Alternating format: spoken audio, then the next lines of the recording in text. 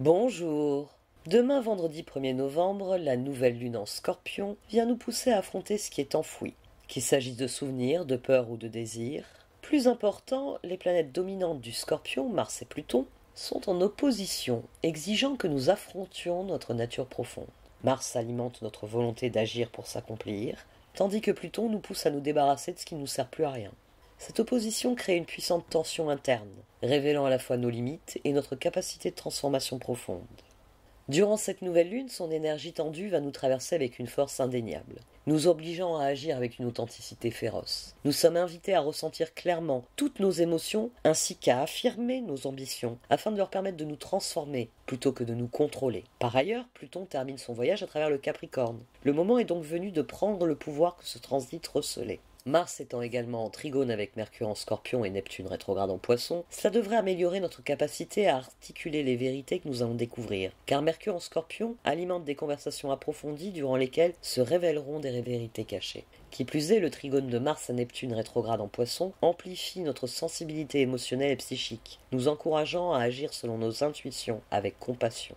Cette nouvelle lune est un appel à lâcher prise, faire confiance et avancer courageusement dans nos vies avec l'intensité et la résilience inébranlable du Scorpion. Embrasser l'obscurité, c'est là que la transformation commence. Voici donc le tirage sur le vendredi 1er novembre. Une journée où nous allons nous sentir vulnérables, sans doute parce que la nouvelle lune a lieu en Scorpion. Une nouvelle lune en Scorpion, ça vient ébranler quelque chose de profondément enfoui en nous. Ça vient mettre en lumière quelque chose qu'on a profondément enfoui. Parce que c'est ainsi que le Scorpion fonctionne, c'est ainsi que les nouvelles lunes fonctionnent, elles mettent en lumière les choses.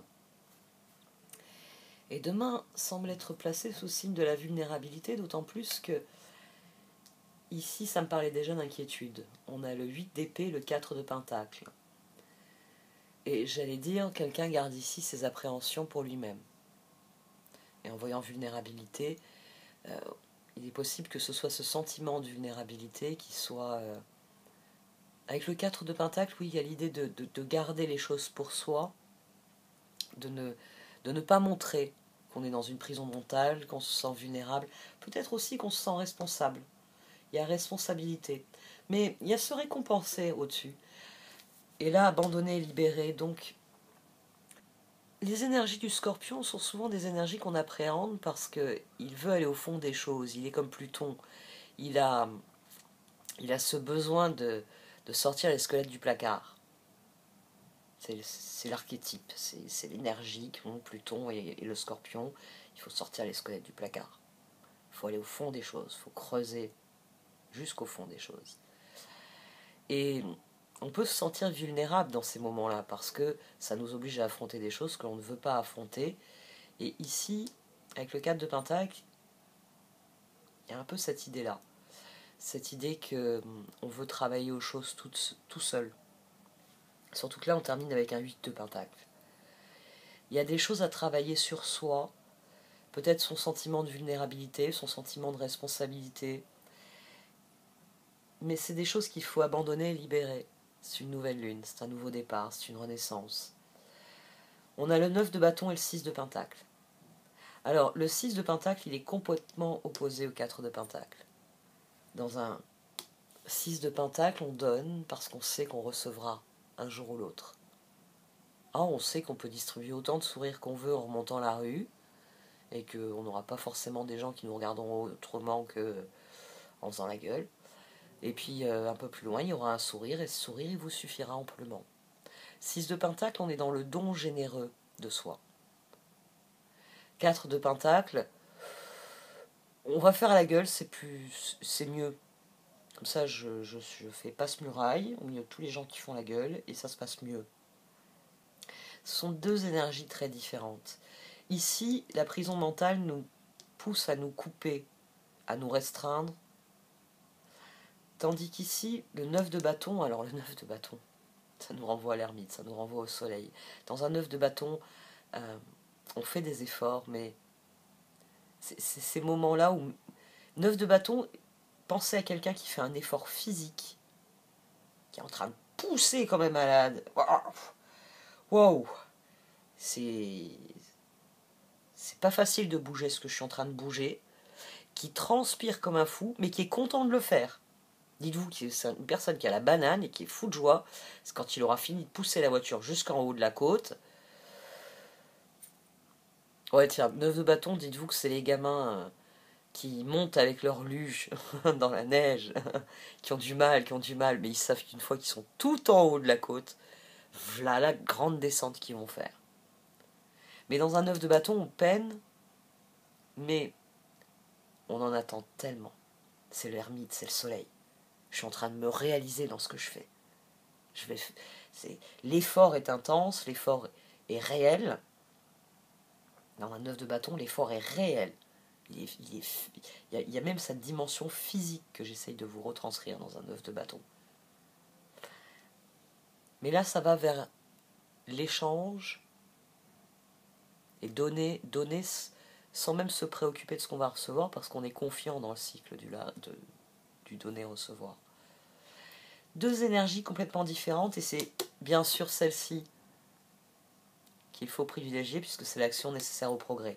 Ces cartes, elles vous disent que pour sortir de la prison mentale et de la volonté de « je vais rester au lit, c'est mieux », il faut mieux se lever, s'habiller et y aller, justement.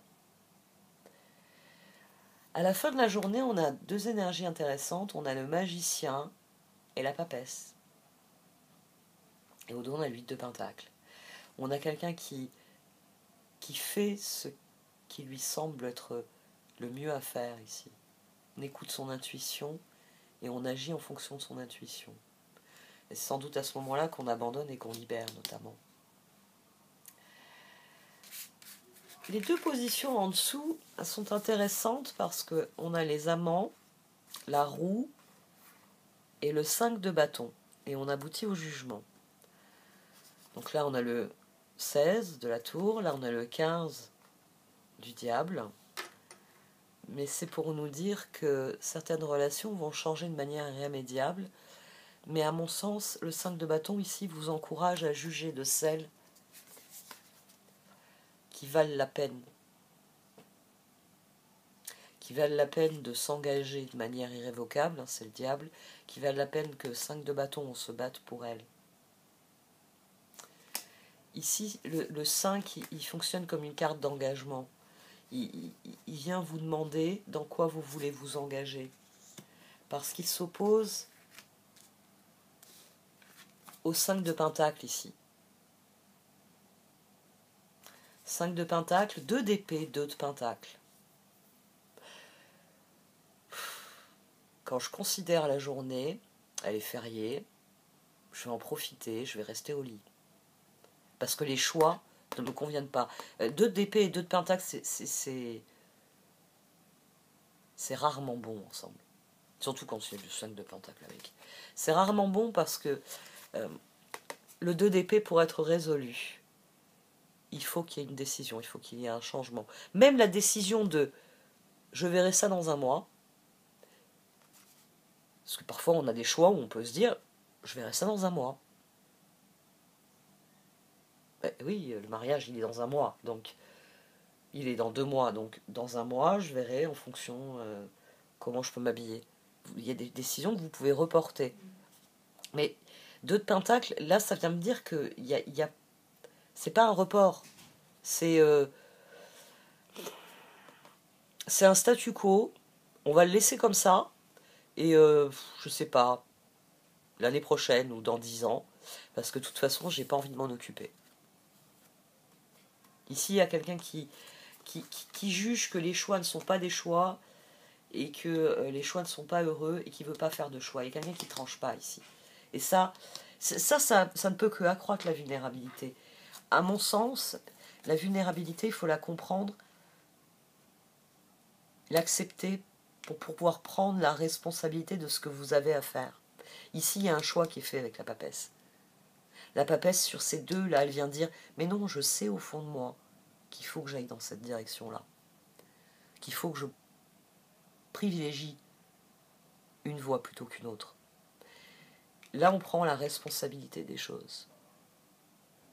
Dans la vulnérabilité, on ne se sent pas bien où on est, on préfère rester au fin fond de la couette.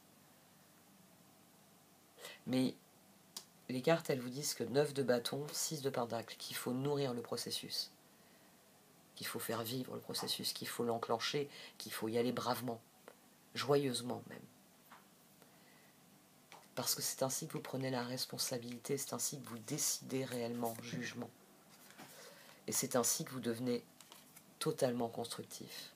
On est passé d'un 4 de pentacle à un 6 de pentacle à un 8 de pentacle.